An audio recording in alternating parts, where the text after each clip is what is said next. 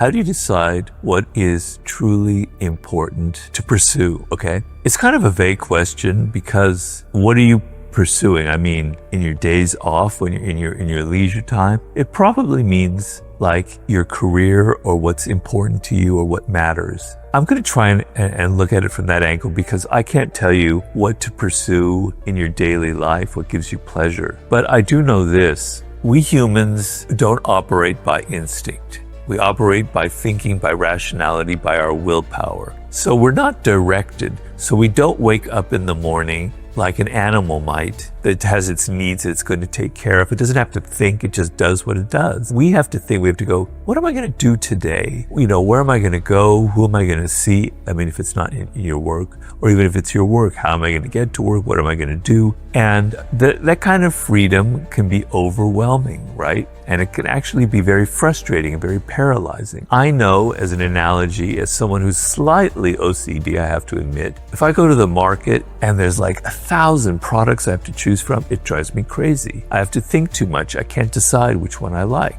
And so life is very difficult when you don't have any direction, when you don't have any filter telling you what matters, what's important, and what's not important, because there's so many things to choose from out there in the world today, particularly now. So the critical thing you want is to know the most important thing that you're pursuing in life, which in my books, you'll know as I call your life's task, right? You know deeply who you are, what excites you, what kind of career you want, the kind of things you want to study, the skills you want to develop, the business you want to create, the book you want to write, the film you want to make, etc. Okay? You have an idea about that. It's like an anchor in your life. It's like giving you radar. So every time someone comes into your life with something, saying, hey, come on, let's go do this, or let's go travel here, or let's try this, your mind goes, that's not important. That is not related to the goals in my life that truly matter. This is what matters to you, okay? So you have to understand that life is very, very short. It goes by so fast, you have no idea. I can't believe that I'm in my 60s right now because to me, I'm still in my 20s. It just went like that. It's going to happen to you. You don't realize it's going to happen to you, okay? So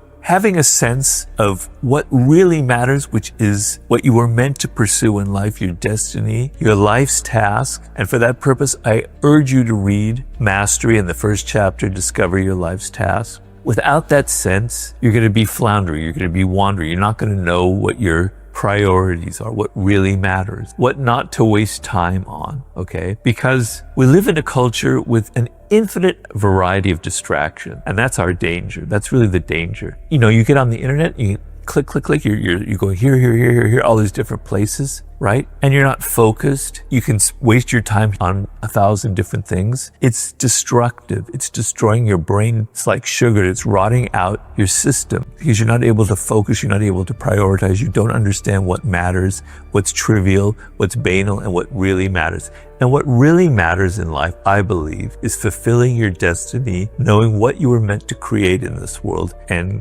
going in that direction, which is your life's task. When you figure that out, everything fits into place. I'm a bit of an extreme example. I know I have a book to write, right? And so many other things that could bother me and distract me, I just cut it out because it don't matter. I have a sense of supreme priority, and that's what knowing your life's task will give you. I want to talk a little bit about the book I'm working on, The Law of the Sublime, which, if the gods are willing, will be out next fall. And so what I wanted to talk about was a little bit of the origin of the book and what it means. And the reason for that is tomorrow is the anniversary of my stroke. And it's just another day. It's not like that particular day is something strange to me. But the feeling in the air, the feeling of this particular time of the year in mid-August kind of brings it back to me. And some of the sensations and the feelings and the moods that the stroke gave me sort of waft over me and bring me back to that experience. And so where I want to begin is I'm coming back from the hospital. I've been in the hospital for about a week after my stroke. and I'm in the ambulance on my way back home. I have to be taken back in an ambulance because I can't walk. And when I was in the hospital, I was in this like strangely elated mood. I was joking with everyone. I felt different. I felt sort of good in this very strange way. I can't explain it. And so I'm sitting in the back of the ambulance. It's only like a 15-minute ride. And all these thoughts are coming to me, ideas for books. I had this idea for a book about what I call negative thinking. And for a minute in the ambulance, I thought maybe this is my next book. And the idea was the stroke made me aware of all the things I don't want anymore in my life. Right? And I had this idea that thinking of what you don't want, thinking about the negative is a very, very powerful thing. It can actually motivate you deeply. It can create real change in your life. It can make you think more creatively. And so I thought about that, but then what came back to me was this idea that I had had years ago for a book on the Sublime, right? And because it was the stroke itself and the experience that had created this idea of not wanting to go back to my old life. And the Sublime is kind of an experience like that. Once you experience the Sublime, it kind of changes you. And so I'm thinking in the ambulance about the book, and it's like ideas are triggered in my head. And when I come back home and I settle down, I know that if I don't put my mental energy into a book project, I will get very, very depressed. And who knows what would happen in that case, because I have a very active mind.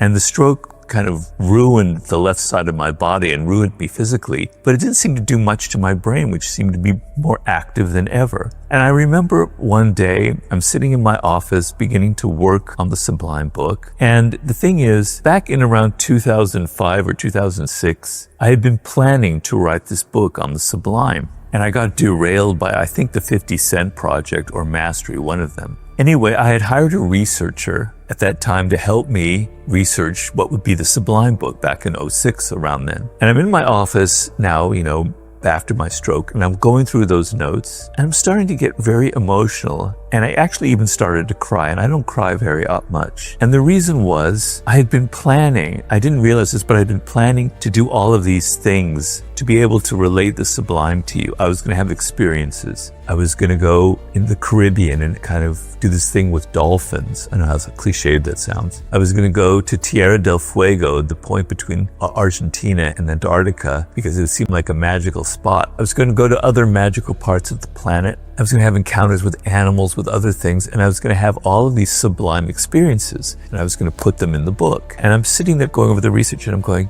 I can't even walk up outside my house. I can barely walk from room to room. I can't swim. I can't do anything. And it just made me very, very upset and very emotional. Like, this isn't the life I have now. And so I had to kind of calm myself down, and I continued working on the book because, as I said, if I didn't work on a project, I would get very, very depressed. So I'm still working on it. And then it strikes me that it's actually a strength. It's actually a better thing that this happened to me. The book will be that much better about, okay? And the reason I say that is having done a lot of research on the subject, because there are a lot of books written on it, more than you might imagine. And these very theoretical books, very abstract, from like deconstructionists and people who write about aesthetics and philosophers. And they kind of were giving me a headache because they were so abstract. I had to think very deeply. It really wasn't connected to anything in my experience, right? It just was like thoughts, like little triggering electronic things going on in your brain,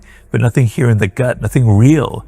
I thought, this is very odd. The Sublime is this insane experience that changes you. And these books are so intellectual that they have none of the feeling of the Sublime. And so I want to be able to give that feeling to the reader. But most readers can't go to Tierra del Fuego, can't go to the Caribbean, can't go to the Gobi Desert, can't climb mountains, even though physically they could because it's very expensive and, etc. So I had this idea that I'm going to make this book different. I'm going to ground it in something very simple and very real. Okay? It's something that you can experience every single day of your life. You don't need hallucinogenic drugs, although I have nothing against that. That could be a component in the Sublime, but you don't have to take the drugs. You don't have to travel anywhere. You don't have to climb a mountain. Why? Because you are surrounded literally by the Sublime all around you. Being alive is sublime. Seeing birds is sublime. Seeing people walking around is sublime. Seeing the sky is sublime. And why am I thinking that? Because I'm sitting there trapped in my office. All I can get the Sublime for is keeping me alive by having these thoughts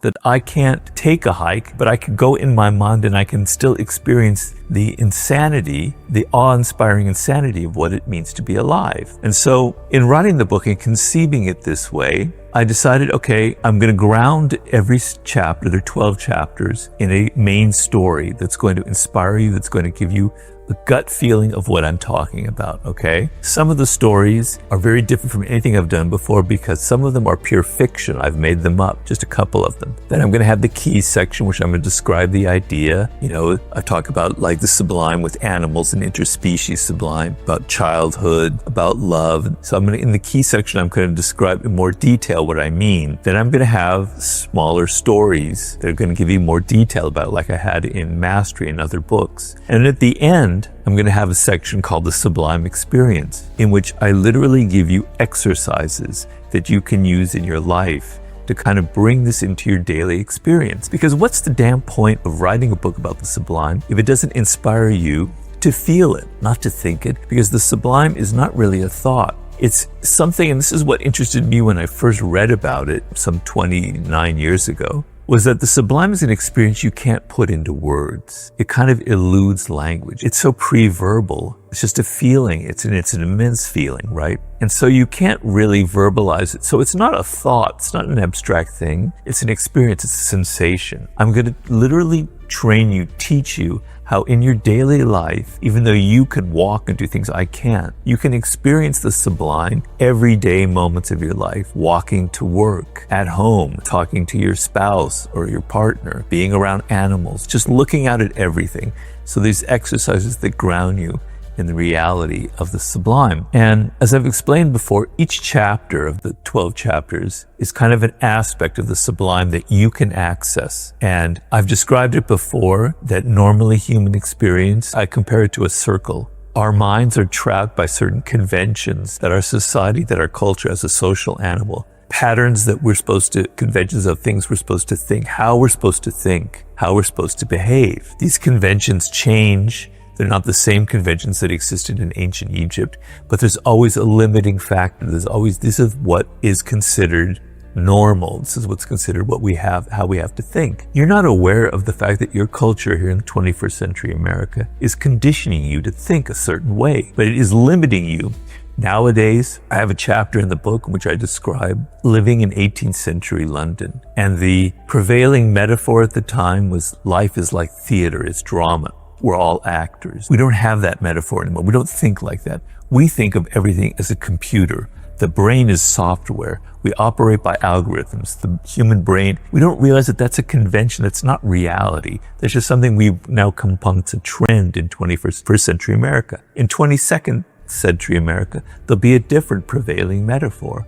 But there are limits, they're convention, and they're preventing you from exploring other ways of thinking, other forms of consciousness. Each chapter, there are 12 of them, I compare it to like a clock. Each one points to a different thing lying outside that circle. And so I'm giving you key, concrete ways for you to access them. I don't know how the book is going to be received. When it comes out, it'll have been 6 years after I started working on it. And it's kind of difficult, if you can imagine, to work on something for so long and have nobody reading. I've had a couple people reading it, but to have no public reaction. So I'm very curious to see how people respond to it, because it's going to be a very strange book. My wife, she compared it like a drug trip, because she's the one who's been kind of working on helping me with it and editing it. So it's like taking a drug trip. You know, she reads it, she goes, whoa, wow. I'm hoping that's going to be your experience, but we'll see. And in a year, I'll know what the answer is. So thank you.